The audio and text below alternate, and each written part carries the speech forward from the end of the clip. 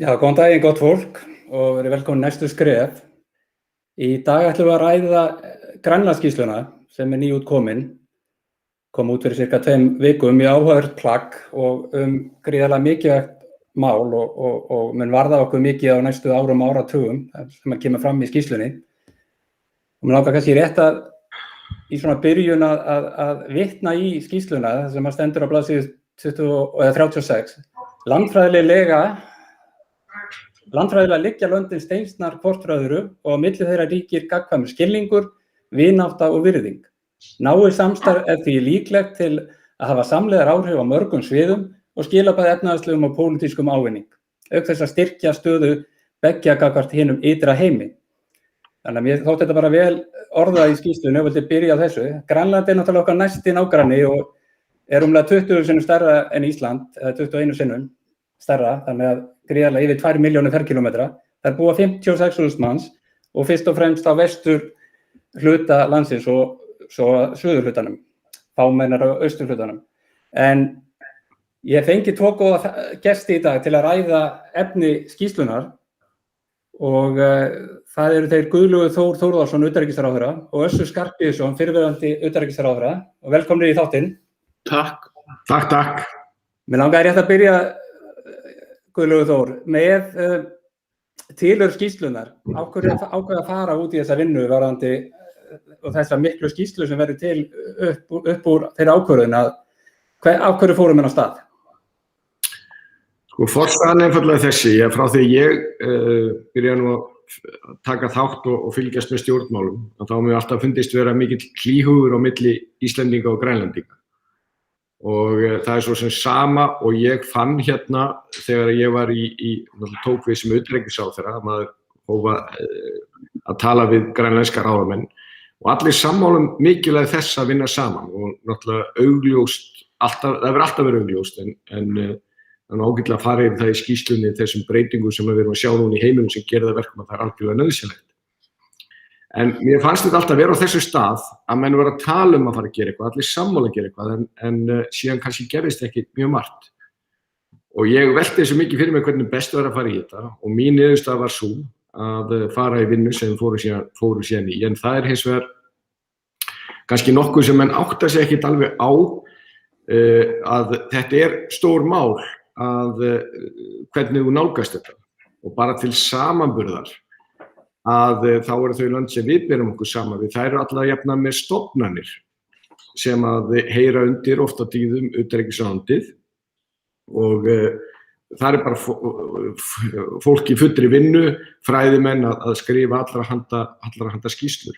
Við erum ekki með neitt slíkt hér hjá okkur og þess vegna veltur gríðarlega mikið á því hverjir það eru sem fást til starfans og það er ekkert leyndarmál að mín niðurstaða var sú að ég gæti ekki fengið neitt betri mann til að leiða þetta starf heldur en Össur Skarphéðinsson af nokkrum ástæðum. Í fyrsta lagi var hann áður en hann gerði þessa skýrslu sá einstaklingur Íslendingur sem að þekkir best til og er náttúrulega með gríðarlega mikla þekkingu og reynslu í bæði stjórnmálum og ekki síst utanríkis og alþjóðamálum. En síðan í ofanalag þá veit ég og það kemur berlega fram þegar menn skoða þessa skýrslu og líka svo sem kemur fram í öllum viðtölum við hann að hann er með ástríðu fyrir málum og þú getur aldrei sett verðmið á það.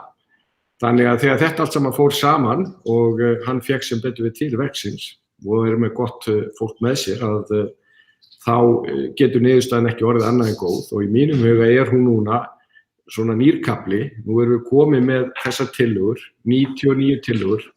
Nú þegar er byrjað að framkvæma sumaræðum.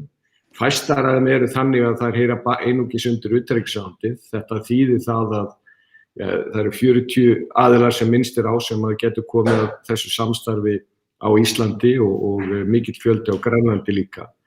Þannig að í mínum huga er þetta núna leiðarvísi til þess að styrkja og efla samstarfi á milli landanna.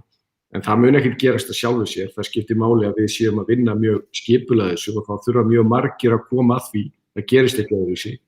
Það er alveg ljóst að í utanríkisráðuneytinu verður þetta bara svona, við getum sagt, sérdeild, það er segja samstarfi við Grænland og viðbrögðin sem fengum eftir að skýrslan kom fram var þess eðlis að Við áttum okkur strax á því að við þurfum að skipuleggja okkur bara sérstaklega innan ráðuneytisins til þess að þetta verði nú ekki bara glæsileg skýrsla, heldur verði þetta upphaf af sterkara og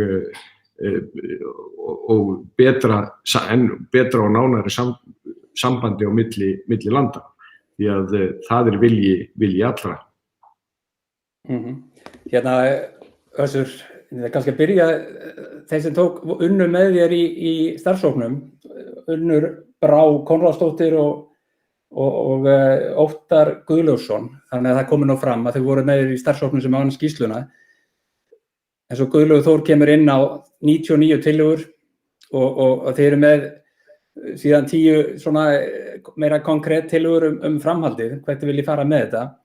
Ef þú ferð aðeins í svona stuttu máli, þá tala ég stuttu máli svona til að byrja með, ástríðufullur maður eins og Guðlaugur Þór kemur inn á og hérna, en hvað svona helsta og ef þú segir okkur aðeins svona þinni vinnu og ykkar vinnu í gerð þessara skýrslu og hvað kom helst upp úr innihald skýrslu? Já, fyrst vil ég segja að ég er gríðarlega þakklátur fyrir að fá að vera í þessum þætti því að það hefur alltaf verið draumur minn að enda minn feril sem sjónvarpskjarna í sjónvarpi Sjálfstæðisflokksins. En svo vil ég náttúrulega líka segja það að því allt sem að ráðherrann okkar ágæti sagði hljómaði náttúrulega eins og sýrenusöngur í mínum eyrum. Ég vildi bara hann hefði sagt þetta meðan við sátum saman á pöllum á Alþingi Íslendinga. En í örstutt máli sko, þá er það þannig að bara ég endurgjalda hlýju orð ráðherrans í minn garð því að hvað sem líður hugsanlegum skoðanágreiningi okkar hins smærri mál eins og Evrópusamband og annað, þá er það bara þannig að hann hefur tekið þetta mál mjög föstum tökum og mjög vöskum tökum og það er alveg rétt sem hann hefur sagði að það eru fáir sem að kannski hafa látið hendur standa fram úr ermum. Ég skrifaði sjálfur eigin hendi norðurslóðarstefnuna, hann tekur þetta upp algjörlega eigin frumkvæði, hvorki af undan þrýstingi mínum og annara og hann gerir það á öðrum sviðum líka, þannig að gleður mig sem gamalt Grænlandsbluff og norðurslóða að sjá ráðherra sem að tekur dálítið þétt utan norðurslóðamálið. Ég held alveg eins og að Svalbarði hefur í reynd verið þungamiðjan í utanríkisstefnu norðmanna, þá held ég að Grænland eigi að skipa mikinn sess í okkar utanríkispólitík og það hefur Guðlaugur Þór sannarlega sett á dagskrá. Það sem að ég auðvitað glaðastur yfir varðandi þá framvindu sem að hefur orðið er það að það eru gerðar 2 tillögur málsmeðferð. Í fyrsta lagi að það verði ráðist í að gera rammasamning við Grænland þar sem að samstarfssviðin eru skilgreind á grundvelli skýrslunnar og í öðru lagi að það verði lögð fram þingsályktunartillaga Grænlandsstefnu sem er byggð á henni. Og það var ekki liðinn dagur frá því að ég skilaði formlega skýrslunni þegar ráðherra var búinn að hafa fund með sínum kollega í Grænlandi og búinn að ákveða þetta. Þetta skiptir miklu máli. Helstu tillögurnar, þú segir 10 aðaltillögur, það eru ekkit endilega aðaltillögurnar. Það eru svona til stefnumörkunar, já. Stefnumörkunar, það eru ýmsar tillögur þarna sem að þið Akureyringar sérstaklega ættu að huga kannski betur á heldur en endilega þær sem eru þarna í megin efnunni. Mér langar kannski til að nefna 2 sem að þið ættu að hafa í huga. Nú þegar þá hafið þið samningsbundið samband samstarfssviði heilbrigðisþjónustu við Grænland og sinni því að mikilli og stakri prýði. Það eru nokkrar tillögur hvernig maður bæta það, en því til viðbótar þá er gerað tillögur það sem að ráðherrann sem gamall heilbrigðisráðherra er mjög hlynntur og við höfum rætt sérstaklega. Það er það að kanna möguleika á því að taka til Íslands sjúklinga til tiltekin aðgerða og þá vil ég nefna það sem skiptir máli fyrir ykkur á Akureyri. Þið hafið tækifæri til þess að taka að ykkur tilteknar aðgerðir og 2012 þá var komið hingað með flugvél sem var full af grænlenskum sjúklingum sem fóru norður í liðaskipta aðgerðir að ég held. Frá þessu var mig greint sérstaklega að menn hefðu orðið hrifnir af þessu. Það eru ráðherraskipti í Grænlandi og einhver hluta vegna þá hélt þetta ekki áfram. Þarna er dæmi það hvernig hægt væri að skjóta stoðum undir ykkar góða sjúkrahús sem eru þetta á háskólasjúkrahús. Í annan stað, atvinnuvegur morgundagsins í Grænlandi sem að Akureyri tengist nú þegar, sem er námuvinnsla. Allt kortlagningar og rannsóknarflug frá Akureyri austur og norður Grænland, reyndar allt Grænland og norðvestur héruð Kanada líka. Þegar að kemur á því á næsta áratug að menn fara að vinna þessar gríðarlegu námur, þá það þannig að Ísland gáttin að norður og austur Grænlandi og það liggur alveg ljóst fyrir að Grænlendingar, þeir munu til dæmis þurfa umskipunarhöfn fyrir hráefni. En það sem við líka drepum á það að þó Grænlendingar segja að þeir eðlilega vilji vinna sem mest innan lands, þá þeir eins og þú sagði sjálfur, Njáll, þeir bara 56.000, vinnumarkaðurinn innan við 30.000. Ég tel að sérstaklega á fyrra skeiði námualdar í Grænlandi þá verði að sjálfsögðu unnið erlendis og þá það spurningin fyrir ykkur og Akureyri að helga ykkur sess í þessu, undirbúa þetta hugsanlega í samstarfi við ríkisstjórnir að finna leiðir til þess að búa til ívilnanir til þess að draga þetta til ykkar.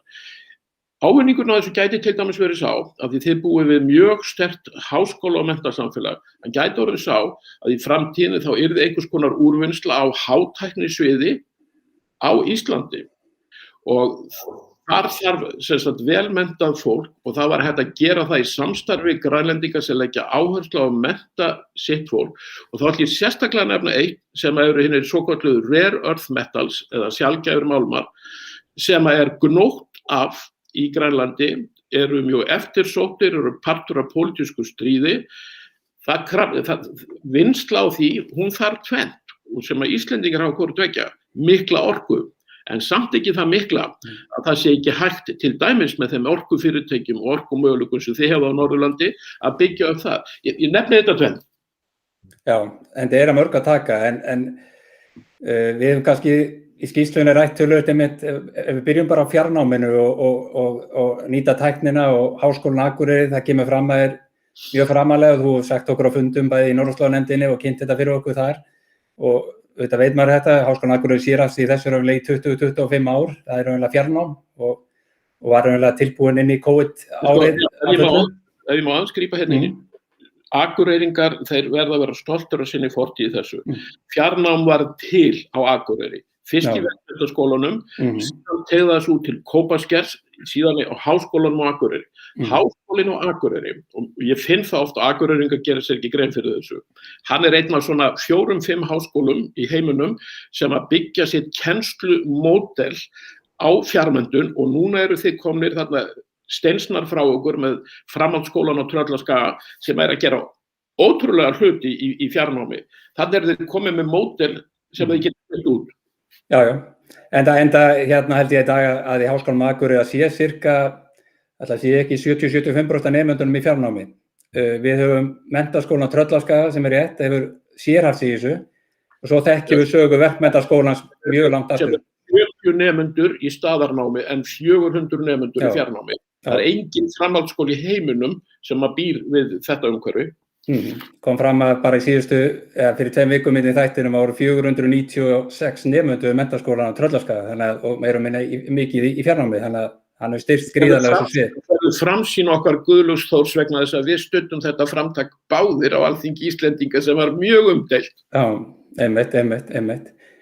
Guðlaugur Þór, hvað finnst þér svona helsta, svona ef þú dregur eitthvað saman, svona úr skýrslunni og ég sammálaði með að eins og Össur að tala og þið að þetta okkar næstu nágrannar og gríðarleg tækifæri, geopólitíkin, öryggis- og varnarmálin, við þekkjum það, maður situr einu sinni í NATO og deildinni íslensku og þekki þau mála ágætlega og maður sér við gríðarlega breytinga þar inni, bara á þessu síðustu 3 árum þar í því starfi, en ef þú færir svona gegnum einhverja punkta í skýrslunni sem að þú sem utanríkisráðherra hefði kannski áhuga sérstaklega á að taka lengra? Sko, ég nú komið til Grænlands, ég farið bæði á austurströndina, farið til Nuuk og síðan náttúrulega ógleymanlega ferð sem ég og Össur fórum með þáverandi utanríkisráðherra Grænlands, Anne Rune Bagger og ráðuneytisstjóri voru þar í 4 daga og fólk segir stundum að þegar þú fer til Afríku og farið á Afríkuveikina, maður fær svo sannarlega Grænlandsveikina þegar maður fer til Grænlands og þú heillast svo sannarlega af þjóðinni og gestrisinni og síðan auðvitað náttúrunni, en síðan fer náttúrulega ekki fram hjá manni að þetta og þeir eru algjörlega meðvitaðir það eins og Össur kom ágætlega inn og það svo mikið af tækifærum þannig.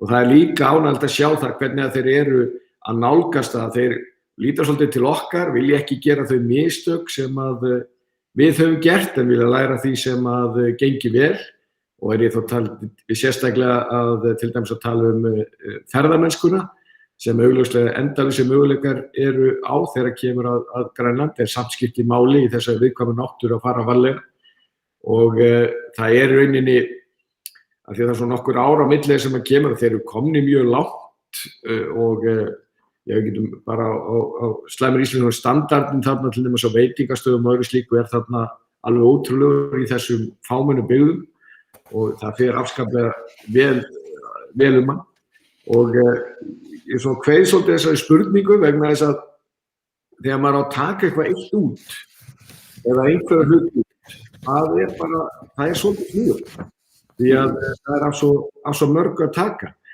Það sem mér finnst kannski skipta mestu máli það vegna þess að með fullri virðingu fyrir okkur stjórnmálamönnunum sem að erum í samskiptum og við komum og förum eins og gengur og allt í góð með það og ég nú ekki ágjörð því að það mun ekki ganga vel að þá byggir samstarf þjóða á því að fólkið í viðkomandi löndum að þau séu í samskiptum og það það sem að skiptir lykilmáli og það sem að ég taka eitthvað eitt út að þá finnst mér að hvernig við tengjum ungu kynslóðirnar og yngsta fólkið á Íslandi og Grænlandi, það það sem að skiptir mestu máli og það getur verið á mörgum sviðum og að því að Össur nefndi og ég alveg sammála honum, við erum sem oft rætt þetta að það erfitt að taka eitthvað sem aðalatriði og það væri mínum og ómögulegt að skipta þessum tillögum í A, B og C eða eitthvað slíkt vegna þess að þær eru bara þannig. En því meiri bein samskipti sem milli ungs fólks, því meiri líkur á því að við séum að skapa sterkt samband til langara framtíðar. Það auðvitað bara ákveðin hagsmunamál sem að fara í, augljóst eins og Össur hefur margoft bent á þegar kemur til þess að samstarf á sviði fiskveiða. Það bara augljóst og það þarf ekki að fara yfir mikilvægi þess samstarf á milli stofnana sem við höfum geta gert betur í og það voru vísi sérstaklega þegar kemur að fiskveiðirannsóknum og öðru slíku, allt saman miklir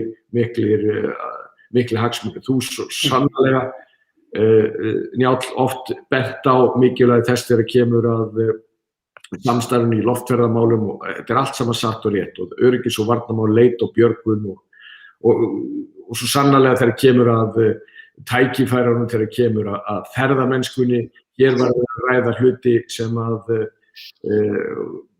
eru augljósir og eru bæði mikilvægar út af öryggi fólks og sömuleiðis að þá felast í því mörg tækifæri þegar kemur að samstarfa í heilbrigðismálum en allt saman þarna eitthvað sem að við eigum að leggja áherslu á.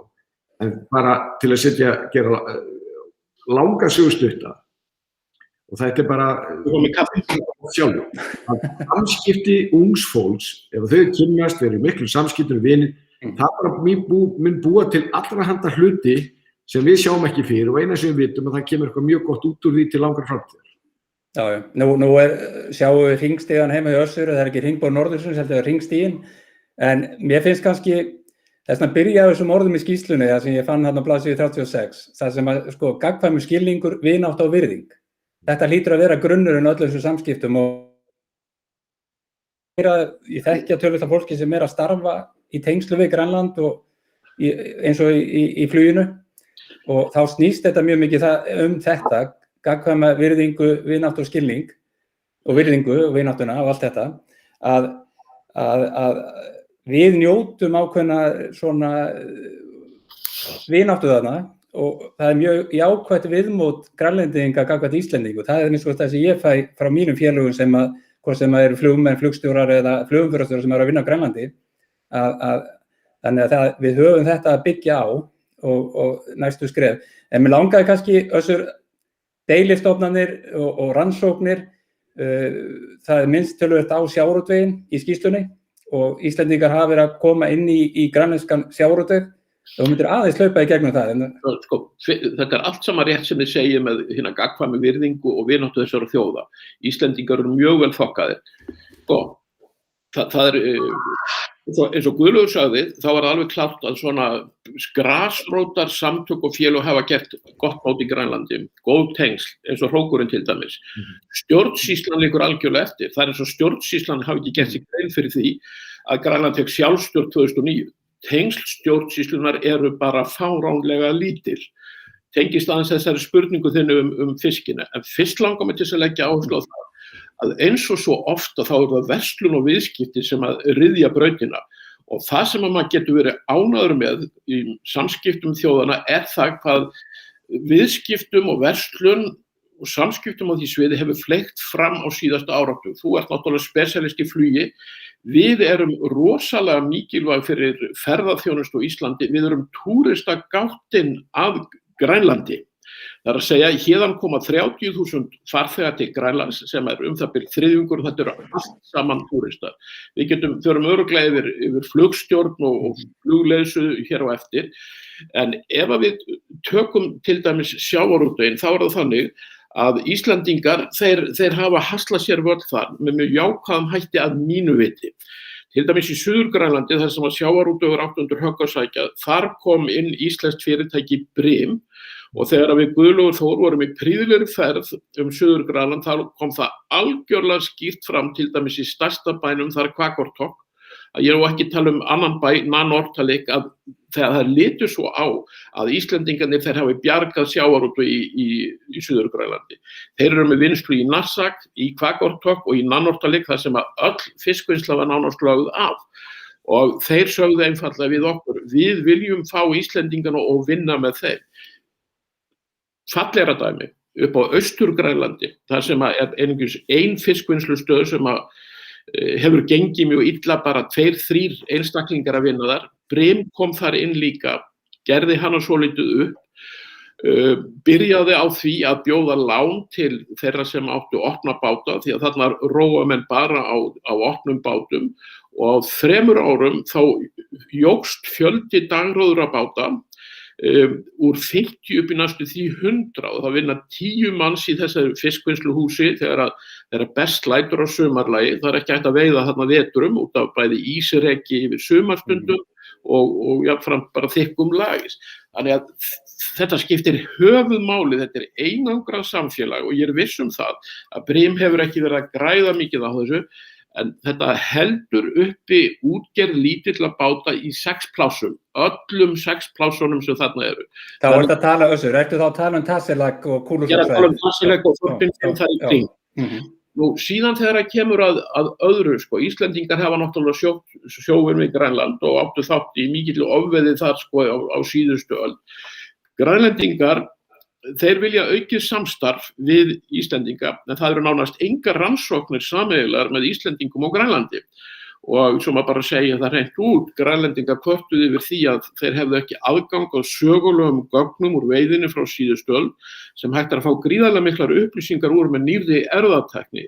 Ein af tillögum okkar í fyrsta lagi að þeir fá aðgang á þessu, en í öðru lagi að það verði ráðist í sameiginlegar rannsóknir á þorskinum við Austur-Grænland vegna þess að hann lítt kannaður. Grænlendingar telja að það sé mikill samgangur þarna á milli miðana og Alþjóða hafrannsóknaráðið ICES lagði sterklega til 2019 að það yrðu teknar upp rannsóknir á þessum þorskstofnum.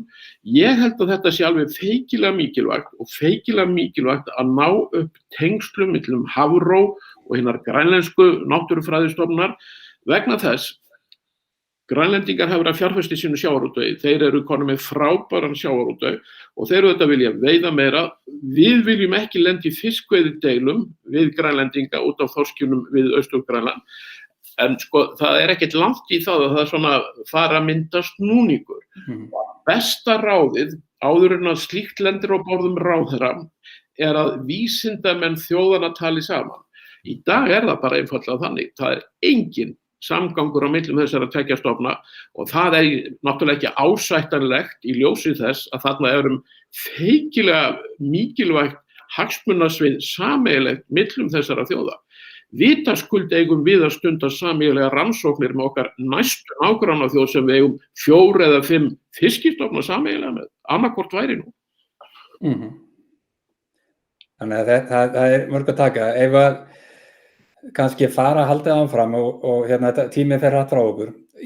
Það mikið að gerast í Grænlandi og það uppbygging flugvalla. Ég ætla kannski að taka öryggis- og varnarmálin á eftir það með öðru vinkli en auðvitað þetta að breyta mikið í Grænlandi og kannski þessar samgöngur og kannski að ég tel eitt stærsta skrefið í samskiptum þjóðanna þá núna Royal Arctic Line og Eimskip með siglingaleiðum og tengja saman með þessu 3 skipum þar sem Eimskip keypti 2 og Royal Arctic Line 1 og menn hefja þessi viðskipti og samgöngur á milli. Það kannski eitt stærsta skrefið og aðgengi raunverulega þá Grænlendinga að bandarískum markaði. Það mjög áhugavert til þess að sjá þegar ég las í morgun í skýrslunni með að Grænlendingar selja 13 sinnum meira til Kína heldur en Bandaríkjanna í utanríkisviðskiptum. Þetta náttúrulega ótrúleg tala og þannig að það verður mjög fróðlegt að fylgjast með þessu. En uppbygging flugvallana og Íslendingar hafa komið svolítið að þessu á síðustu árum og ég var aðeins að Össur og taka smá spjall eftir að hann kynnti skýrsluna fyrir okkur í Norðurslóðanefndinni að þetta hefur að mínu þegar ég verið að fara í gegnum þetta síðustu daga verið á bara jákvæðum nótum. Það búið að vera að þjálfa upp 3 flugumferðarstjóra grænlenska og þeir eru að taka við í síðri Straumsfirði, Kangerlussuaq, reka flugvöllin og koma inn á síðustu 18 mánuðum og íslenski tæknimenn hafa verið að halda vel og hjálpa til með fjarskipti og þjónustuna tengt fluginu á Grænlandi. Þannig að Isavia hefur verið raunlega að byggja upp þessa þjónustu í gegnum fyrirtæki sem heitir Suluk, eitt af dótturfélögum Isavia.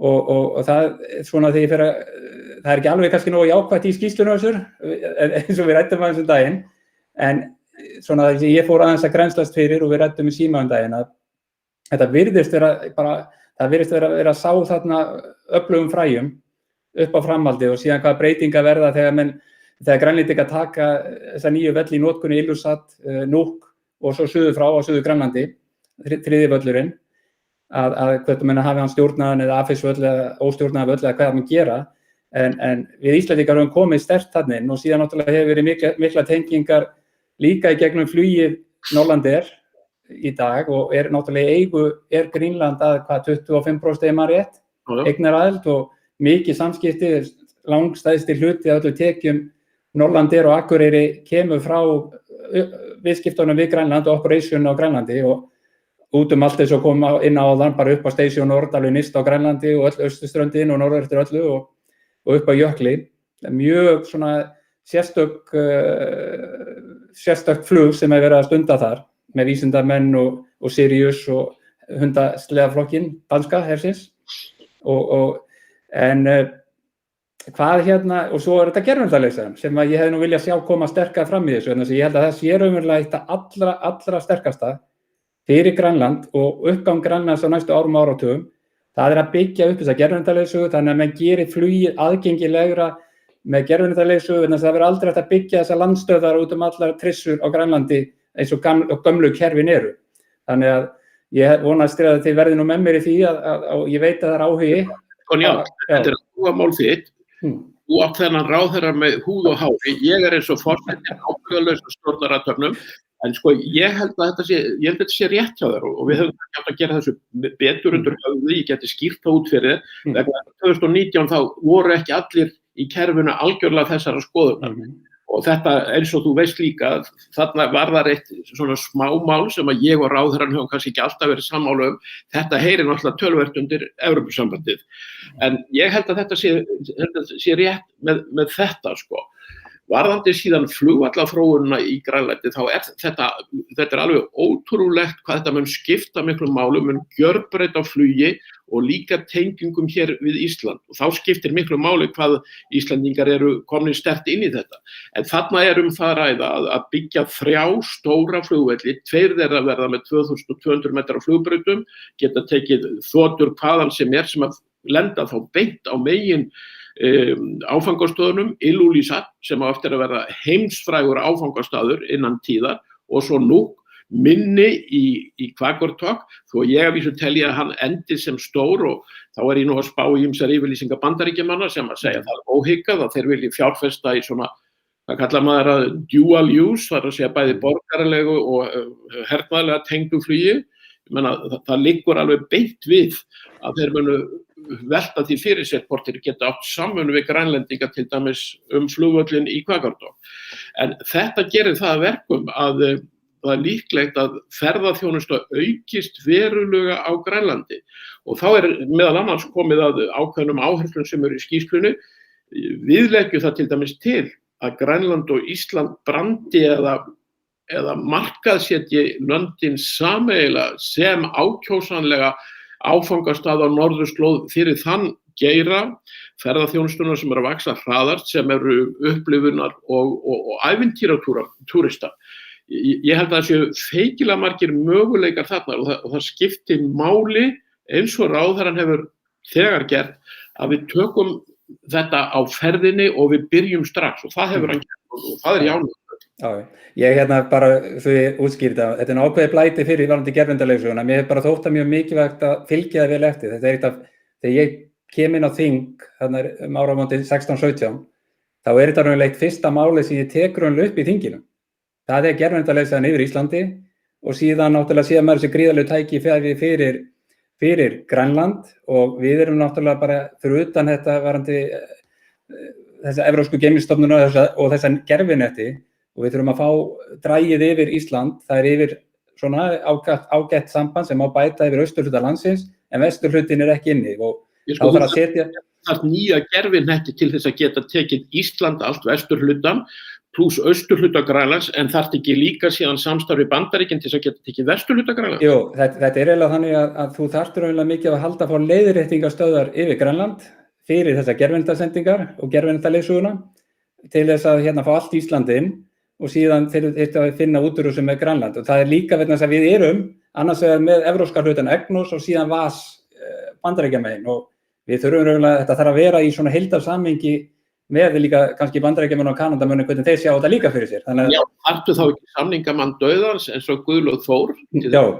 bæði við Evrópusambandið að setja fleiri gervinetti upp og hugsanlega líka austan Grænlands til vestan Grænlands að Bandaríkjamenn gerir slíkt í sama menn fleiri beinlínis að þessu en ég viss það ég tala fyrir hönd ráðherra sem við styðjum við eindregið. Já, en þetta stór mál og ég held að við eigum að leggja svolítið áherslu á þetta og ég veit að Guðlaug Þór hefur verið mjög áhugasamur og fylgt mér eftir í þessu málum þannig en þetta svona bara svona fjórðu innbyltingarmál í sjálfu sér, bara framtíðin, við svona framtíðarmál og raunverulega framtíð sem komin og við erum svona hortrekar raunverulega verða í Evrópu út frá þessu það sem svo maður útskýrir þetta kannski aðeins fyrir fólki að það sem gerist með þessu, það þetta að lenda þá flugvélum í verra skyggni, lægri skýjahæð og flugi verður tryggara. Ég oft nota dæmi með Færeyingana að Vogaflugvelli.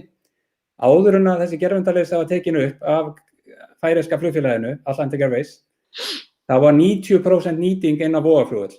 Eftir að þeir voru fyrsta flugfélagi til að nýta sér þessa tækni af fullum krafti í Atlantshafinu, þá voru þeir konið upp í 99% lendingarhlutfall og nýtingarhlutfall í Vogum og raunverulega gjörbreyting fyrir allan það rekstur. Þeir þýddi það að SAS, þeir sá að þeir gátu ekki keppt við þetta, þannig að þeir settu þetta líka upp í sínar vélar til að fljúga inn á Færeyjar.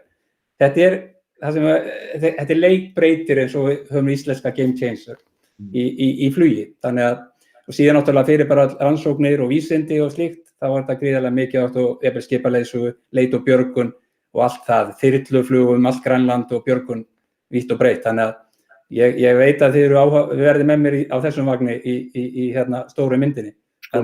Ég alveg sannfærður það að Guðlaug Þór að setja þetta inn í rammasamninginn og meðan þú gerir það, þá kemur það helslutæki fyrir tölvunum mína. Já, og Guðlaug Þór utanríkisráðherra, það helst þú komist að þegar Össur fyrir að sækja kaffi eða hliðu tölvuna. Það gjör svo vel. Já, þakka þér. Ég held að ég ætla ekki að bæta ykkur varðandi það sem þú voru að ræða hér og áhugið þinn hefur fengið framgang innan míns ráðuneytis eins og þú veist og þetta mikið hagsmunamál og og það er engu við það að bæta. Ég vildi eins og bara aðeins að það sem ég voru að ræða og ég hugsa að þegar að fólk að leggja áherslu á nokkra þætti. Í fyrsta lagi, þegar Össur fer hérna yfir hversu vel hefur gengið hjá Brim með sjávarútveginn, að þá er ágætt eins og að draga það fram að þetta gerist ekki neitt af sjálfu sér. Þetta er ekki eitthvað sem að menn bara redda svona bara 1, 2 og 10. Það er rosalega mikil vinna á bakvið þetta og mikil þolinmæði því að Grænlendingarnir eru bara, og við ættum að, og þetta verður auðvelt fyrir okkur að setja okkur í þeirra spor því að við erum svo oft verið í þeirra sporum að vera eiga við aðila sem eru miklu stærri en við sjálf. Og það sem að í þessu tilfelli maður fann, og ég veit að Össur er sammála mér, að það byggðist upp traust vegna þess á milli íslensku aðilana, í þessu tilfelli Brims og þeirri sem voru að starfa með á Grænlandi. Vegna þess að menn komið fram með virðingu og skilningi og þarna höfum við, og að ég hef verið að tala oft Akureyri sem ég lagt áherslu á þessi höfuðstöðu norðurslóða, að þarna er það allt í einu ákveðið forskot að hafa verið í þeirri stöðu að vera almennt svona lítið samfélag sem er að eiga við miklu stærri samfélag annars staðar. Og þess vegna hefur þetta gengið upp vegna þess að menn hafa vandað sig og gert þetta vel, þýtt þessu þolinmæði og eru síðan að uppskera sem er bæði gott fyrir Grænlendinga og Íslendinga. Og þegar það kemur sömuleiðis að möguleikunum í ferðaþjónustu þá verða menn að nálgast þetta með nákvæmlega sama hætti. Eitt verkefni vandinn hjá Grænlendingunum er það að það er náttúrulega ekkert endalaust að vinnuafli hérna og ef við ætlum að byggja saman sem að Össur vísaði til og við erum allir sammála saman íslenska og grænlenska ferðaþjónustu og þá þurfa menn að nálgast þetta með sambærilegum hætti eins og Brim hefur gert varðandi sjávarútveg. Möguleikarnir eru alveg gríðarlega miklir en þetta er hins vegar allt saman þolinmæðisverk. Þegar það kemur að samstarfi Royal Arctic Line og Eimskip, það er ekki breyting, það er bylting. Og það er alveg möguleika Grænlendinga eftir þetta eru náttúrulega svo miklu meira að koma sínum afurðum beint og millega laust á markaðsstað fyrir að þurfa að fara með allt í gegnum Álaborg. Og þar er komið líka önnur tenging sem að eru hagsmunir beggja landana og það eru siglingaleiðin Grænland, Ísland, Maine í Bandaríkjunum. Og í Maine í Bandaríkjunum sem mjög lítið fylki, fámennt fylki, að þar eru við Íslendingar stórir. Þar eru umsvif Eimskips umtalsverð og við höfum við höfum verið að rækta þau tengsl alveg sérstaklega eins og menn vita, við erum náttúrulega búin að rækta sérstaklega tengsli við Bandaríkin og mjög ánægjulegt að sjá það núna þegar ný stjórnvöld kom inn að þá finnum maður sterkt að það á ekki verða nein breyting á því. Þeir ætla áfram að halda að styrkja, efla og dýpka samskipti Íslands og Bandaríkjanna og það er fagnaðarefni. En þar til dæmis að við höfum ræktað sérstaklega forystumenn í Maine og í mínu tilfelli sérstaklega pólitíkin í Maine. Og það er engin tilviljun að Íslendingafrumvarpi sem loksins komið fram í Bandaríkjunum, fyrsti flutningsmaður þess fulltrúadeilda þingmaður, demokrati frá Maine sem að leggja þetta aftur fram núna. Það málið hefur verið klárað ef ekki verið komið til COVID. Og þarna er enn eitt dæmi þessa miklu möguleika sem eru til staðar. Og skýrslan aftur er góður grunnur til að vinna á, en það er þetta mikið eftir til þess að við séum að nýta þessi tækifæri. Og við verðum líka að vera meðvituð það að það þarf að sýna þessu þolinmæði, natni og virðingu gagnvart þeim sem við erum og við viljum vinna með. Og sem betur fer hefur það verið almenna reglan. Þess vegna eru viðbrögðin eins og þú nefnir, þess vegna eru viðbrögðin svona við skýrslunni. Því að þú átt að vera því að það er ekki bara það að Grænlendingar hafi tekið skýrslunni svona vel. Heldur er það líka þannig að bara svo ég tekja eitt dæmi, að núna daginn að þá hélt ég fjarfund með öllum sendiherrum sem eru með sendir á gangað okkur Ísling og við ákveðum að hafa það fjarfund en ekki hafa bara þessar skrifstofur sem eru hér. Og það mættu og ég var að kynna þar bæði Grænlandsskýrsluna og sömuleiðis viðskiptaskýrsluna áfram GAC. og það voru 100 aðilar sem tóku þátt í þessum fjarfundi og ég fekk spurningar alls staðar úr heiminum og þar voru menn búin að kynna sér vel bæði Grænlandsskýrsluna og reyndar líka viðskiptaskýrsluna og það komi nú ekki óvart með Grænlandsskýrsluna og ég veit að hún verður lesin víðsvegar heiminn vegna þess að hún er það góð og það vel unnin.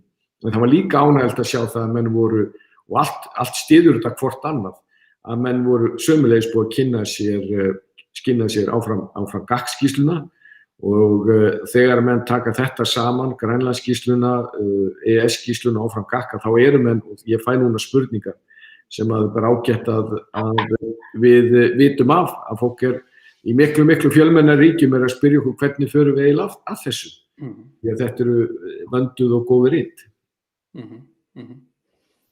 Mér reynda datt í hug í morgun þegar ég var að lesa yfir vaknaðan tiltölulega snemma í morgun á sunnudagsmorgni að þetta svo efnismikið og það sem má nú hrósa Össur og hans starfshópi fyrir og fólki í ráðuneytinu og allir sem unna þessu verkefni.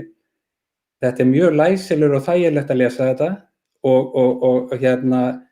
og mjög gott samhengi og þetta rúllar mjög vel. Ég hugsaði bara í morgun satt að segja það ætti náttúrulega bara að gera svona sjónvarpsþætti upp úr þessu svona til kynningar þætti. Og jafnvel að hafa það á ensku. Segðu það bara mjög skemmtilegt að lesa þennan texta. Við vitum alveg hver ábyrgð á því og hann í útsendingunni með okkur. Gamalli ritstjóri 3 dagblaða, hann veit þetta og kom efni frá sér. Já, nálgast lesendur. Já, nei, en bara þetta var sem að hugsaði í morgun að þetta þannig efni og þetta svo gott og þétt og raunverulega hvað búið að gerast mikið núna bara á fáum árum að það væri örugglega, þannig að nú heimurinn svolítið myndrænn í öllu og fólk þarf að horfa bara á hluti og að það væri örugglega mjög áhugavert að gera raunverulega þætti upp og maður kann alveg séð bara svo margt fyrir sér, þannig að þess að efnið svo ótrúlega áhugavert og geopólitíkin í þessu líka. Þannig að ég kem því bara á framfæri hér að ætti að huga því í stóra samhenginu. Mér langar síðan aðeins að halda áfram þegar núna eru búin að tala Royal Arctic Line og Eimskip og Maine og allt þetta með flutning á vöru, þegar með náttúrulega auðvitað eru samgöngur og þetta sem alltaf að segja, samgöngur, fjarskipti, raforka, aðgengi orku, þetta náttúrulega undirstaðan undir öllu samfélögum og allt það. Síðan eru við með hluta samgöngunum sem eru náttúrulega flugið og Össur kom ágætlega inn á og Flugfélag Íslands hefur mjög öflugt þarna og Norrland, og Greenland á í Norrland og Greenland eigu heimastjórnarinnar og það það sem hefur verið að benda og ég skrifaði nú grein um þessi mál í fyrra og upplifði svolítið fyrir bráðum tæpum 20 árum. 2001 kem ég með hugmyndina að Greenland á Boeing 757, samskonar vél og Iceland við rekið árabil, myndi millilenda á Akureyri þegar var að fljúga frá Syðri-Straumsfirði eða Kangerlussuaq til Kaupmannahafnar. Fljúga bara beint yfir hausamótunum á okkur í Akureyri, þetta beint í flugleiðinni. Og 2003 þá byrjaði þetta flug. Það gengur eftir og maður vann þetta í saman við atvinnuþróunarfélag Eyjafjarðar. Og þetta tók 2 ár að koma á. Það flogið 8 mánuði og það var nú pólitík á Grænlandi sem raunlega riðlaði því að það var hætt, heimastjórnin breytti stjórnarmenn í félaginu og það var fjall flugið 4-3 í stjórninni, þó að allir 5 framkvæmdastjórar félagsins vildu halda áfram og þetta var að ganga mjög vel. Þetta gekk betur heldur með reiknuðu með svona fyrirfram. En það sem gerist var að þetta svo að það var ykkur læti á Grænlandi, það var ódýrara að fljúga frá Akureyri til Kaupmannahafnar heldur en frá Kangerlussuaq til Kaupmannahafnar. Þetta var svoleiðis mál, pólitískt. En það var ekki millilend, þeir flugu bara beint. Þannig en það sem ég ætlaði kannski punktur að sá að það eru loftferðasamningar milli landanna. Og það eitt sem maður þarf að taka upp að við lentum þarna í vandræðum fyrir 20 árum, tæpum. Þeir fengu leyfi fyrir fluginu viku fyrir fyrsta flug. Og það var bara til nokkra mánuða, það var ekkert að markasetja neitt, þetta var allt í tómri vitleysu allan tíman, það var bara 2 mánuði fram í tíma sem við höfðu leyfi. Og í dag veit ég að það eiginlega bara verið að semja svolítið frá ári til árs, þó að flugreksturinn hefði verið að ganga áratugum saman, þá þetta allt svona við erum ekki með hefðbundni samning, þannig að það væri fyrir utanríkisráðuneytið og Guðlaugur Þór svona eitt af verkefnunum, að það væri að koma þessu í tengslum við þessa skýrslugerð í svona hefðbundna form, vegna þess að auðvitað í þessari vinnu milli Íslendinga og Grænlendinga þetta risa mál að flugi gangi vel fyrir sig og það sé gagnkvæmur svona skilningur og virðing í tengslum við það, að það gangi vel fyrir sig. Þannig ég vildi svona koma þessum punkti með, vegna þess að það kannski ekki mjög akkurat í skýrslunni mikið þetta, en við getum kannski breytt þessu einhverju leyti inn í vinnu ráðuneytisins inn í þingið. Stoppaði hérna, Njáll, sko, þú þarf að lesa skýrsluna alla næsta sunnudagsmorgun. Það einmitt tillaga það að það verði gerður nýr loftferðasamningur milli Íslands og Grænlands sem að verði byggður á open skies og það rökstutt af hverju að það hagstætt og jákvætt fyrir Grænland með tilliti til þessarar nýju flugvallabyltingar. Eitt af því sem að þeir auðvitað þurfa, tel ég, þeir eru ekki alveg endilega sammála á því allir, meira frelsi og þeir verða að fá flugfélög til að fljúga á þessa nýju flugvelli ef þeir ætla að láta þá standa undir sér og ætla að ná upp ferðaþjónustu. Og bara til þess að halda því til haga, það var einu sinni framsýnt ráðherra sem að endurgerði þennan 70 ára gamla loftferðasamning 2011 sem leiddi til þess að flugleið, þar að segja núna Iceland Connect getur flogið til 5 staða og það umhugsunar efni fyrir Ísland þegar við erum að pæla þessu að Íslendingar fljúga eða þetta tiltekna flugfélag flýgur til fleiri staða á Grænlandi heldur á Íslandi. Við erum ekki gleyma því að Grænlandsflugi mjög mikilvæg stoð undir innanlandsflug á Íslandi. Mikið vel, góða punktur að koma þessu að. Þannig að við höfum svo margt að styrkja þar. Guðlaugur Þór. Já, sko, málið þetta ekki þannig að þegar kemur á loftferðasamningi eða viðskiptasamningi, þetta ekki þannig að það skorti áhugann eða viljan hjá okkur. Það sem að maður hins vegar búinn að læra og þess vegna mikilvægt að fara á dýptina, þess vegna mikilvægt að hafa unnið þetta eins og við höfum gert og við erum að ræða hér skýrsluna sem grunnurinn að því að þetta auðvitað svona það bara ákveðin karaktereinkenni sem að náttúrulega móta það hér raunni þjóð sem að taka sín máli í sínar hendur og vill fara varlega á mörgum sviðum og það þarf að hafa svolítið fyrir því að líka átta sig á því hver vilji þeirra eru í ýmsu málum og því að þetta ekki eins og þegar þú ert að eiga við, getur sagt bara einhver aðilar sem við erum búin að eiga við í áratugi og þá ég vísa í samninga svo loftferðasamninga, viðskiptasamninga og annað slíkt. Og við verðum að vinna vinnuna okkar og greina það hvað það sem að gera það verkum að þeir vera að stíga varlega til jarðar í einhverju málum, það eru langtíma loftferðasamningur eða viðskiptasamningur og það bara ákveðin vinna sem við verðum að vinna og því að þarna það ekki þannig að það vanti pólitíska vilja hjá okkur til að gera það, við raunin ekki heldur í þeim. En þetta langhlaup og tengist í rauninni öllu því sem að þarna í skýrslunni. Það þarf ekki að fara orðum það hvað mikilvægt fyrir okkur að hafa betri og samninga til lengri tíma til þess að byggja okkar samstarf. Það óumdeilt og þá næsta hvernig komumst við þangað. Það sem við þurfum við þurfum samræði við þá. Þessi mál til dæmis mjög mikilvægt að eiga við á samtal. Það var komið ansi langt svona kringum 2017-18 að breyta þessum hlutum og það fullur vilji til þess sérstaklega innan ákveðin að gera í stjórnkerfi Grænlands en það eins og alltaf í flugi, það eru sterkir hagsmunir sem að verja sig. Við fundum það mjög glöggt þegar við vorum að koma okkar sjónarmiðum á framfæri í þessari skýrslugerð, til dæmis varðandi aukið frelsi í flugi, hvað það skipti miklu máli samkvæmt íslenskri reynslu til þess að fá nýja áfangastaði, ný flugfélög, fjölga farþegum, skiptir sérstaklega miklu máli fyrir Grænland eftir að þeir fá nýju flugvellina. En við fundum það líka, að menn horfðu dálítið til Íslands og fannst kannski að við höfum farið full geist. Þeir töluðu sumir, forystumenn þar, massatúrisma á Íslandi sem að ég tel að sé ekki til staðar, alls ekki að það var einhver víti sem þeir vildu verjast. Þegar þeir eru til dæmis að tala það að byggja upp ferðaþjónustu sem að höfðar til upplifunar og ævintýratúrisma, þá var ég að reyna að koma því á framfæri að það þarf krítiskan massatúrista til þess að sé hægt að búa til það hlaðborð tilboða sem að laðar að einmitt þessa tegund túrista sem ekki endilega eru búin að ákveða fyrirfram hvað ætla að gera, heldur fara eftir veðri og svo framvegis, bara on the spur of the moment, þú þarft að hafa tilboð. En til þess að þróa þau, sérstaklega í landi eins og Grænlandi, þar sem að eru fáir einyrkjar, þar sem Grínland ansi allsráðandi í mjög miklu, sko, þá þarftu krítískan massa túrista. Til þess að gera það, til þess að ná honum, þá þarftu aukin frelsi í flugi. Þetta samræða sem að við tókum hér, fórum í gegnum. Isavia sýndi frábært frumkvæði til dæmis við það að ná hingað nýjum flugfélögum. Þetta ákveðin reynsla sem að við getum komið á framfæri. Þetta reynsla sem vilja nálgast, svona bara eitt að lokum, sko, að í ferðamálastefnu Grænlands sem að hætti, rann út 2019 og komið ný núna, það sérstaklega kafli Ísland.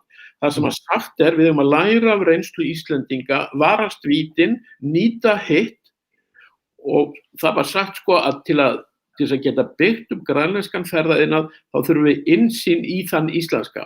Og þessi samræði er svo mikilvæg. Ein af tillögunum sem lætur lítið yfir sér varðandi flug, þú ert að lesa hana, einmitt að verði settur upp svona vinnuhópur millum landana til þess að ráða úr ýmsu sem kemur upp.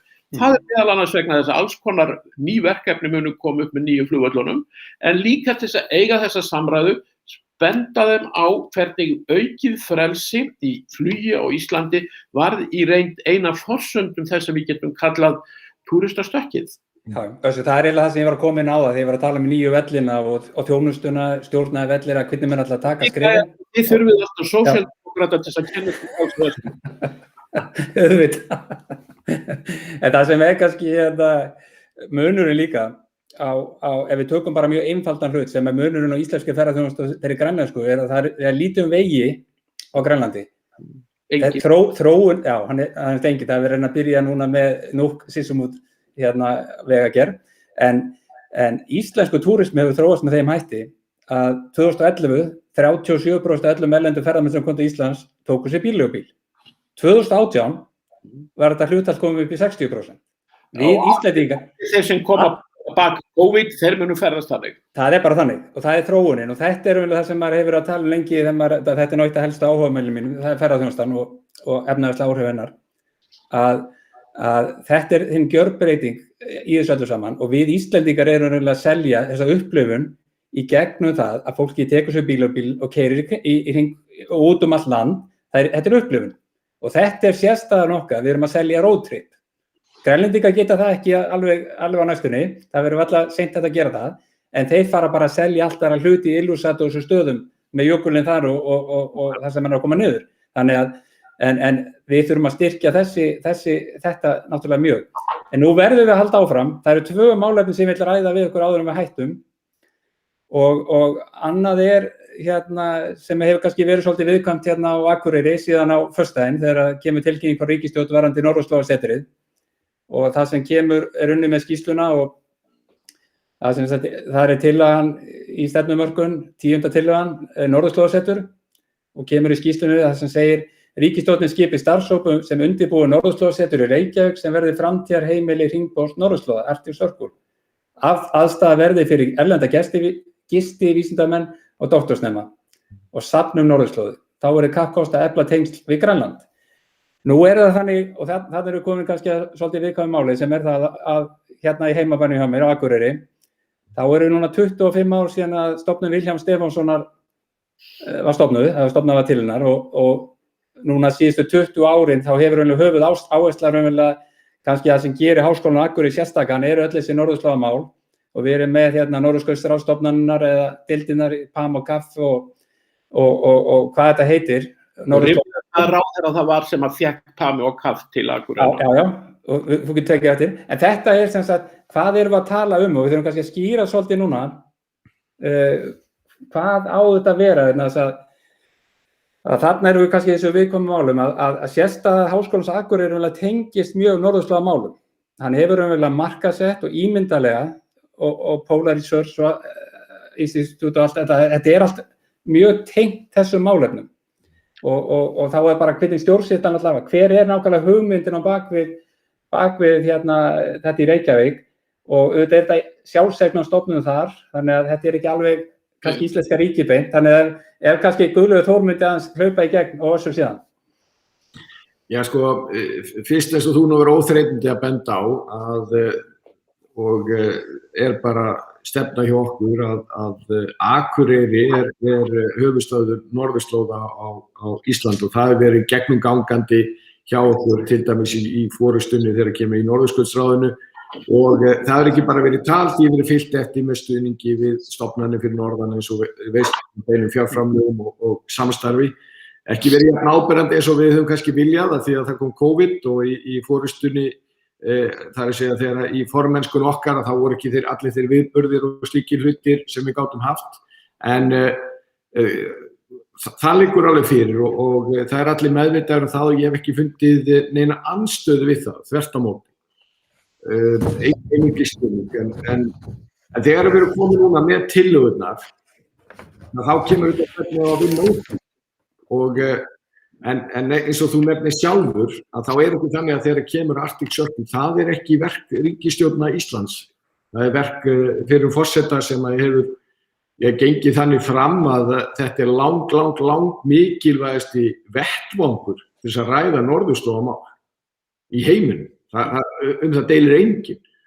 Vinir okkar Norðmenn ætluðu sér stóra hluti með Arctic Frontiers og erum með það í Tromsø á hverju ári og var með fullri virðingu fyrir þeim ágæta vettvangi. Hann ekkert nálagt því sem að Arctic Circle og Arctic Circle ekki bara í Reykjavík með þessa stóru ráðstöð. Þeir út allan heim. Ég tekið þátt í viðburðum hjá þeim víðsvegar en þó bara brota því sem í gangi.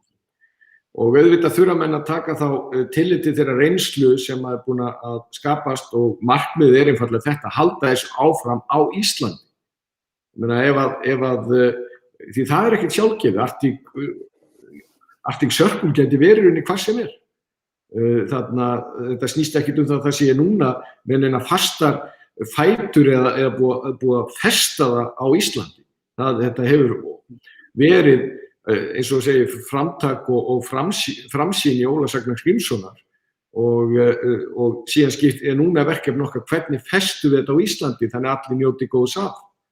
Og í mínum huga núna það að líta sérstaklega til þess og festa það þannig að við treystum því að þetta verði áfram á Íslandi. Þetta hefur alltaf verið í Reykjavík og sannlega sagna þá engin annar staður sem getur tekið á móti þessari stóru ráðstefnu heldur en Reykjavík.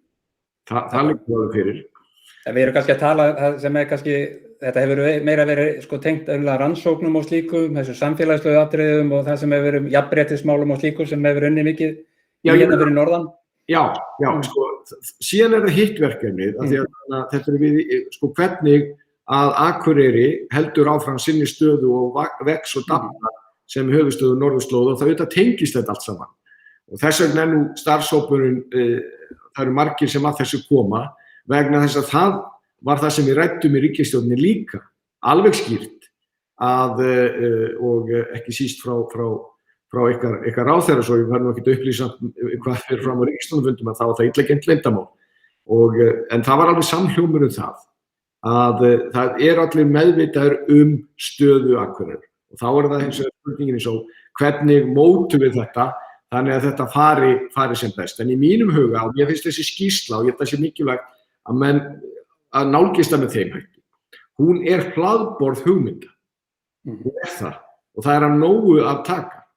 Og síðan það þannig að síðan þurfum við að vinna þetta með þeim hætti að mínu áliti að við séum ekki, þetta gangi ekki út að menn sé að togast og mikið einstakar hluti þó alltaf verði einhver núningur og mismunandi hagsmunir heldur það hvernig náum við að nýta þetta þannig að við Íslendingar náum sem bestum árangur því en einn útgangspunkturinn alveg hreint og klárt. Það alveg hreint og klárt að Akureyri höfuðstaður norðurslóða á Íslandi. Það alveg hreint og klárt og með bæði verið með frumkvæði og stendur mjög framalega vegna þess að menn hafa unnið með þeim hætti og síðan bara spurning hvernig við getum styrkt og elt það enn frekar. En það þurfa margir að koma því. Við þrír getum alveg klárað það í þættinum auðveldlega að þá það bara ekki svo gott. Við þurfum að fá fleiri að því borði. Já, og það sem þetta að segja, Guðlaugur Þór, að við þurfum sérst ekki að hafa mikla áhyggjur þá af þessu ríkisstjórnin, það fullu vilji til þess að Akureyri haldi þessari stöðu og þetta vísindasamfélag hér sem hefur verið byggst upp í kringum þetta. Þannig að við erum bara, þetta önnur ella, eins og við getum kannski sagt, sem að snýr að það sem við erum að tala í Reykjavík. Við erum ekki að tala að fara að veikja þetta hér eða við munum halda áfram að styrkja þennan rekstur.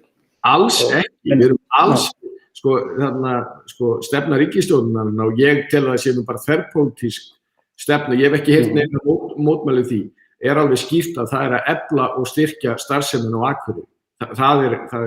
Ég hef ekki heyrt neinar mótbærur gagnvart því, það hefur algjörlega verið mín stefna frá byrjun, þú svo sannarlega verið óþrjótandi og með kjördæmisins við að benda þá og mig hafa miklar og þú mátt hafa miklar þakki fyrir, en ég hef ekki heyrt því mótmælt neinstaðar og ég lít svo á að það sé þverpólitísk sátt slíka þær áherslur og stefnu.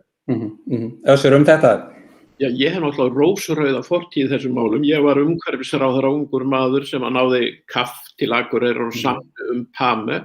Ég reyndi að berjast fyrir því að fyrsta skrifstofa Norðurskautsráðsins yrði á Akureyri, lenti á vegg þar. Út úr því kom samt prófessorsstaða, kostuð af Norðmönnum skeið við Akureyri.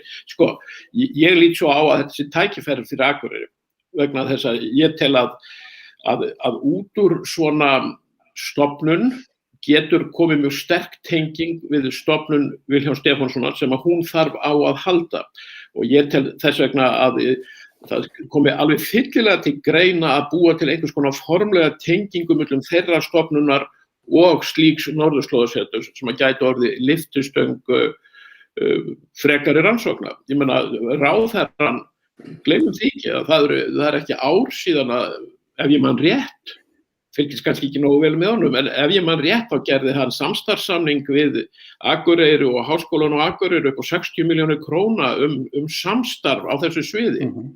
Og ríkisstjórnir hafa staðið vörð þetta allavega síðan svona 2010 þegar að Akureyri virkilega svona fór að vængja sig til að taka forystu í þessum málum og ég get alveg trúað fyrir því sko. Það eru aðrir háskólar á Íslandi sem ekki hafa verið mjög glaðir við því hversu lítill gaumur þeim hafa verið gefin. Ég geti nefnt 2. En það skiptir ekki með þessari skýrslu, það skiptir ekki máli. Ég held að í þessu séu tækifæri vegna þess að þetta vera mikil samlegðar áhrif og svo má ekki gleyma heldur hinu, það er ekki ætlast til þess að ríkisstjórnin, hún kosti þetta setur. Heldur einungis lagt til eins og ríkisstjórnin hefur samþykkt að hún setji á fót undirbúningshóp til þess að undirbúa þetta. Hugsunin sú sem hefur, og viljinn hefur verið kannaður lítilega, að peningar koma annars staðar frá. Það verður ekki komandi. Já, þetta var bara að koma fram hérna í þættinum. Þetta er svolítið akkurat umræðan í dag og hefur verið núna helgina og ég vildi bara koma fram með þetta til þess aðeins að taka smá umræðu þannig að fólk átti sig að hvert er verið að fara með hugmyndina bak við þessa hluti. Ég er bara að segja það svona sem hvass og gagnrýninn höfundur skýrslunnar, þó ég kvart ekki með Akureyrarbæ. En sko, það var allt í lagi að menn á Akureyri svo til dæmis rektor háskólans tækju síma þegar formaður Grænlandsnefndar hringir til að efla samstarf og efna til þess. Herðu, en nóg að þessu, mér langaði aðeins kannski núna í síðasta vessinu hjá okkur að ræða svolítið geopólitíkina og við komum aðeins inn á þessu flugvallamál og ég ætla svona aðeins að maður náttúrulega situr í NATO-þinginu og þetta hefur verið mjög áhugavert að fylgjast með þessu innanbúða þar. Það sem að gerist í raunverulega í ágúst 2018 þegar að Bandaríkjamenn endurvekja flotadeildina í Norfolk sem að sé raunverulega nyrsta hluta af Atlantshafinu sem var lögð niður 2011. Hún er endurvirkjuð þarna í ágúst 2018. Síðan komið hann sinna flugvöllina á hana í september 2016, þarna nokkra vikur á milli.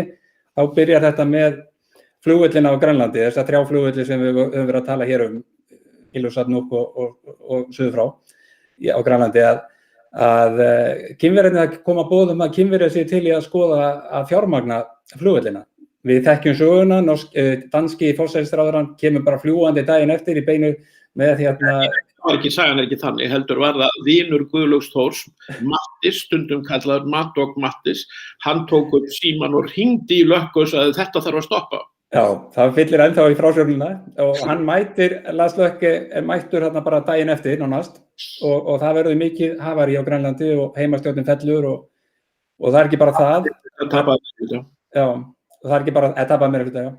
Það ekki bara það, svo líða 2-3 dagar og þá kemur bréfið frá Bandaríkjamönnum að þeir séu til að fjármagna og skoða, eins og réttilega kemur inn á varðandi þá til borgaralegra og hernaðarlega nota að skoða möguleikann í þessu. Síðan líða ekki margir mánuðir og Pompeo mætir hérna á fund Guðlaugs Þórs. Já, fyrst faðmaðan Guðlaug Þór náttúrulega í Washington, 3 vikum. Já, nákvæmlega, skulum ekki gleyma því og síðan kemur hann. Það í fordyr nú að sýnt í sjónvarpinu. Já, og svo líða bara nokkra vikur og hann mættur hingað til leiks á Íslandi og síðan haustið, ágúst-september 2019, þá mætti Mike Pence og því ári mættu hér 5 öldungadeildarþingmenn, Rick Perry, orkumálaráðherrann og Arctic Circle. Þetta var alltaf að gerast á einu ári. Þetta ótrúleg saga, Guðlaugur Þór. Nú varst þú innabúðar þarna.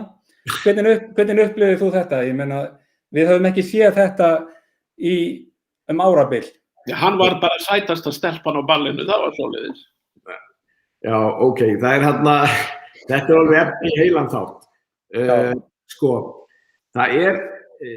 Þegar ég búinn að halda núna sem ráðherra í 4 ár, 350 síðast ég taldi tvíhliða fundi. Frá fyrsta fundi og öllum fundunum held ég hef alltaf tekið upp norðurskautsmál. Og til að gera langa sögu stutta að þá var þá voru mjög lítil viðbrögð frá vestrænum þjóðum, bæði Norður-Ameríku og Evrópu fyrst. Asíuþjóðirnar, Rússar, Kínverjar sérstaklega höfðu mikinn áhuga á þessu, aðrir ekki. Það breyttist mjög hratt en það þurfti að hafa mjög mikið fyrir því, ég ekki að segja ég veit gert það, en ég held að það haft áhrif, að vekja athygli aðila á mikilvægi þessa heimshluta. Og fyrsti fundurinn sem ég fór á var aðalfundur Norðurskautsráðsins sem var í Fairbanks í Alaska.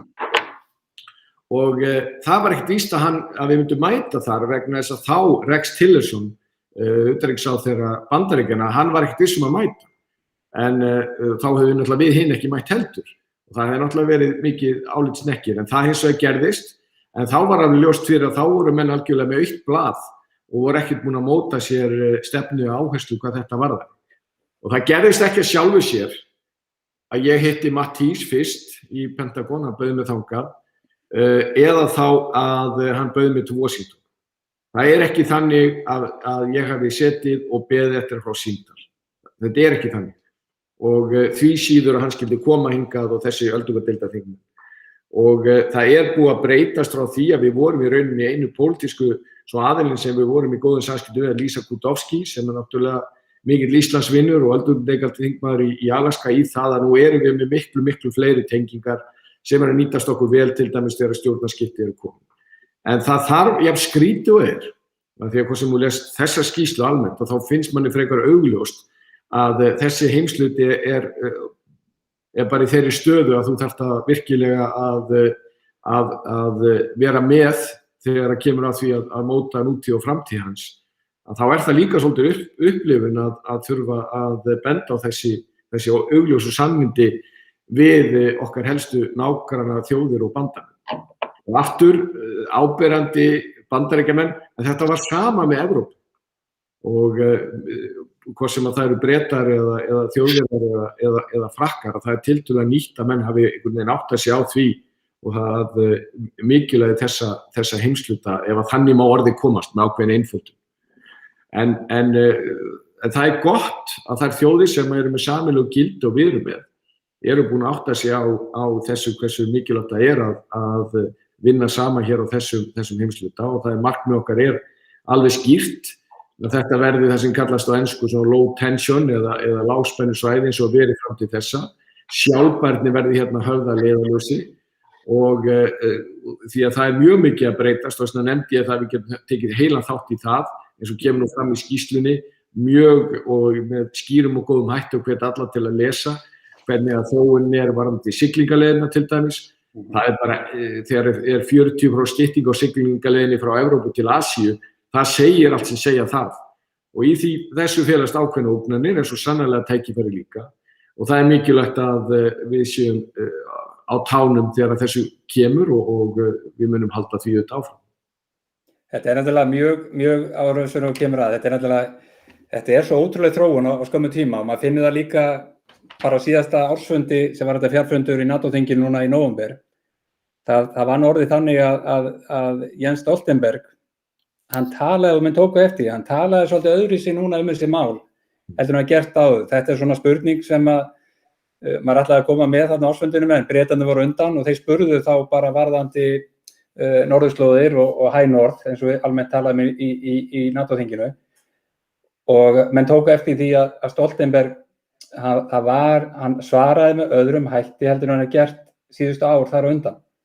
Og alvarleiki máls, en það stefnan að þetta sé þetta low tension svæði eða lágspennu svæði, það vilja það allir, en það var svona komið meiri alvar í þetta og við sjáum líka heræfingarnar hjá NATO, liðsflutninga, heræfingar og annað sem átti að vera núna í COVID ástandinu og var dregið svolítið úr hérna í júní, að þetta breyst mjög hratt þessi staða sem að snýra þessu. Össur. Já, sko, það þarf alltaf diplomatiska dansfimi til þess að vinna úr nýjum stöðum sem koma upp sem að Guðlaugur Þór og fólki í utanríkisráðuneytinu hefur. En það eru tvær undirliggjandi staðreyndir sem gera þessar miklu breytingar eða hrinda þeim á stað. Hinn fyrr náttúrulega þessi ótrúlega heimskulega ákvörðun Bandaríkjamanna reynd að hverfa frá norðurskautinu upp úr árunum 2000. Þeir fóru héðan með einhliða ákvörðun, þeir skrúuðu niður í Grænlandi. Hitt sem gerist eru loftslagsbreytingar þar. Allt í einu þá hverfa þessar náttúrulegu varnir sem að Rússar hafa gegn innrás á hafi mögulegri í Síberíu vegna þess að ísinn hann hverfur. Og það ráðast í það að byggja upp 6 herstöðvar á mjög skjótri svipan, eina á bara 3 árum á Frans Jósef landi, svokölluðu Nagurskoye. Þar eru byggðir miklir flugvellir sem að allir sjá sem eitthvað þekkja að geta borið mjög þungar vélar sem í fyrsta lagi gætu farið í worst case scenario tekið úr Thule, eða gerst nokkur sinni og í kjölfar þess þá er kannski versta martröðun sú að það tæki sig á loft floti með langdræga kjarnorkusprengjar og haldi vesturumskilu. Bandaríkjamenn urðu að bregðast þessum einhverjum hætti og þar af stafar þessi mikli áhugi þeirra allt í einu endurnýjaður á þessu miðsvæði norðurslóða sem eru vestnorræna svæðið í reynd. Á sama bili gerist það að við vitum bara úr sögunni, það verður aldrei neins þar tóm á þess að einhver komi þar inn og það sem að gerðist auðvitað það að Kínverjar þeir fóru að sinna norðurslóðum, sýndu mikinn áhuga, skilgreindu sig sem svona near-Arctic þjóð, hvað sem mönnum finnst það. Við mjög erfiðar aðstæður gerðum við á gjaldmiðlaskiptasamning, fríverslunarsamning.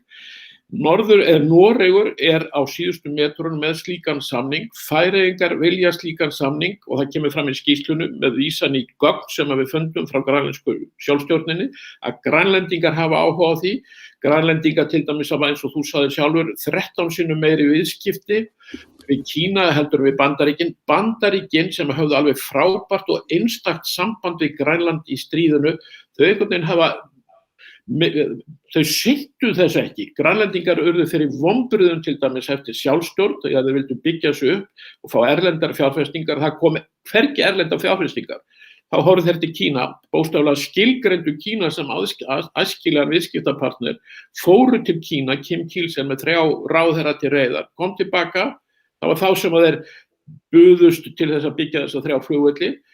Þeir jafnframt bentuðum á möguleika og fjárfest í námuvinnslu. Kínverjar eiga í dag mjög mikilvæg námuréttindi í Grænlandi þó sé ekki byrjað að nýta þau á alls slags svæðum og efnum, meðal annars mjög nálægt Íslandi á Veganerskaga á Austur-Grænlandi. Þannig að þegar Trump forseti allt í einu horfði við sviðið og sá þetta allt saman að þeir voru búin að missa ákveðin tök. Kínverjar komnir mjög fastastað með Belt and Road áætlunna sína, lönd sem voru sko í miðju NATO eins og Ítalía, stofnaðili, eins og fjármálamiðstöðin í Luxemburg, allt í einu búin að skrifa upp á Belt and Road.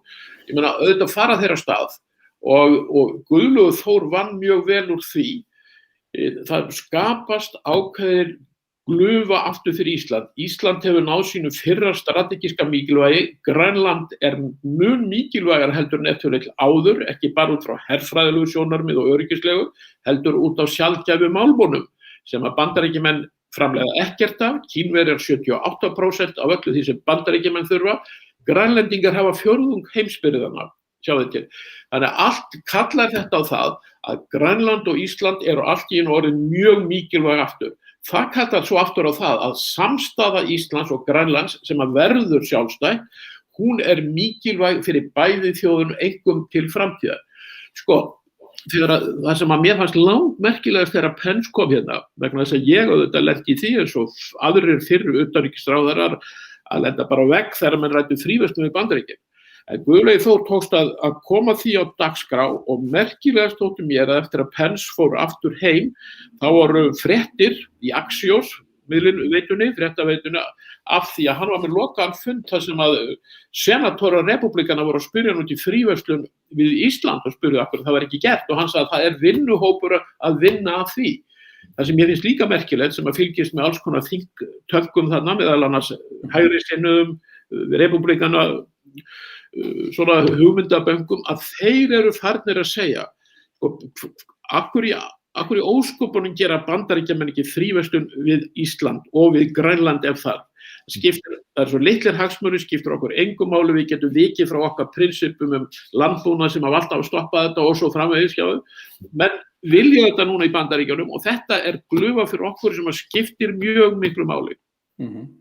Þetta gríðarlega mikilvægt og bara fyrir þau þá vildi ég koma ég náttúrulega var flutningsmaður með Óla Birni Kárasyni á þingsályktunartillögum að fríverslun á milli Bandaríkjanna, Kanada, Íslands, getum við Grænland, Noregur og Bretland þegar þeir vera farin út af Evrópusambandinu. Þannig að þetta gríðarlega áhugavert svæði. Þetta gríðarlega áhugaverða hugmyndir einmitt þetta að þessi NATO-ríki geti tengst með þessum hætti þessi öflugu þjóðir. Þannig og þess vegna mjög spennandi að fylgjast með vinnunni á Guðlaugi Þór varðandi fríverslunarsamning við Bandaríkjamennina að þetta getur orðið okkur, þetta náttúrulega gríðarlega stórt mál ef það gengur.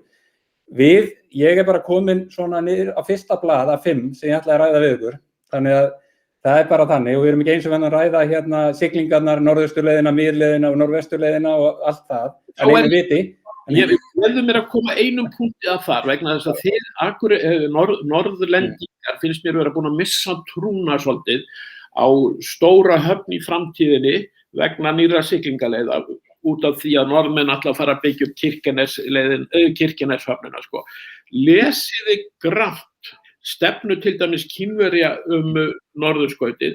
Ég bendi á það í þessari skýrslu sem menn hafa kannski ekki tekið eftir annars staðar áður að þeir tala aldrei eina leið, þeir tala alltaf leiðirnar í fleirtölu og það fullkomlega lógist frá sjónarhóli þeirra vegna þess að þó þeir sé búin að sturta rosalegum peningum í norðausturleiðina sem liggur fyrir utan Síberíu með Rússum, þá bara samskiptasaga Rússa og Kínverja þannig að þeir munu aldrei byggja upp mikla flutninga yfir Íshafið eingöngu innan rússneskrar lögsögu. Það verða alltaf tvær leiðir, þannig að kannski rétt eftir að ég dauður þá þú aldraður og grár og hugsanlega formaður sjálfstæðisflokksins, Njáll, að þá vilt þú sjá þetta gerast.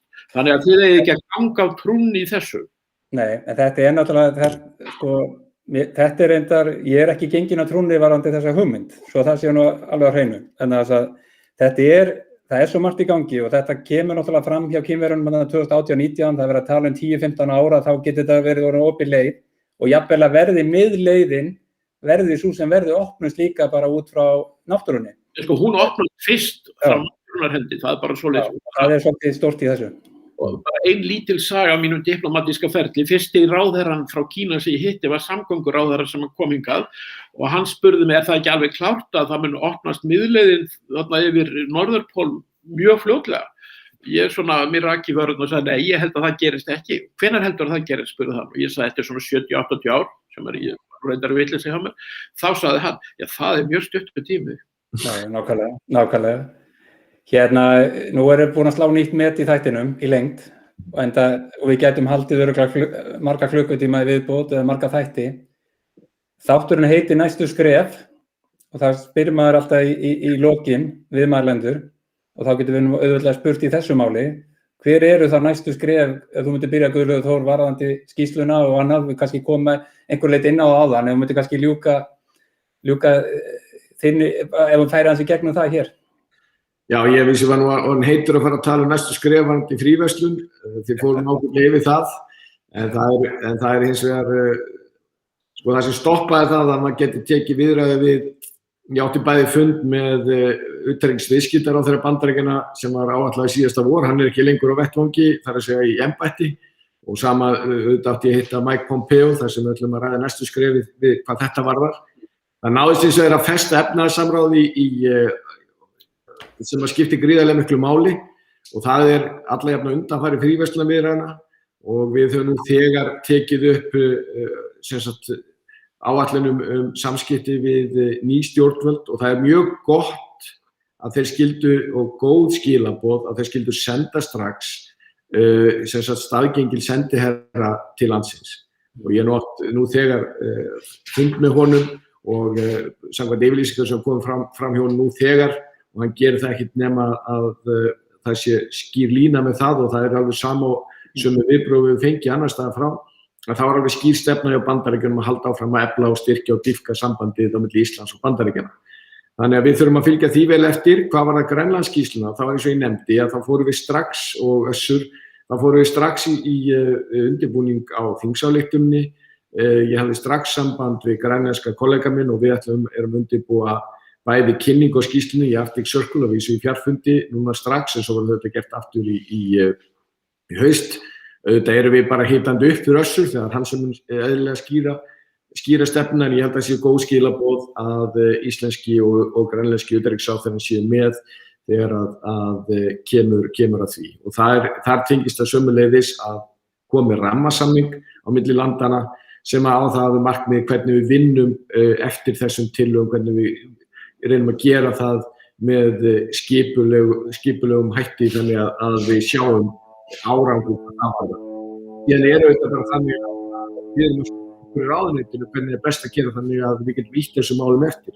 Eins og ég nefndi, á þess að ætla lengi og mikið að skoða þessar 99 tillögur, þá er mjög langur vegur frá því að þetta sé allt saman borðið utanríkisráðherra. Enda er utanríkisþjónustan þannig að við gerum sjaldan hlutina alveg einn, við erum alltaf að vinna með öðrum og það er bæði skemmtilegt og árangursríkt.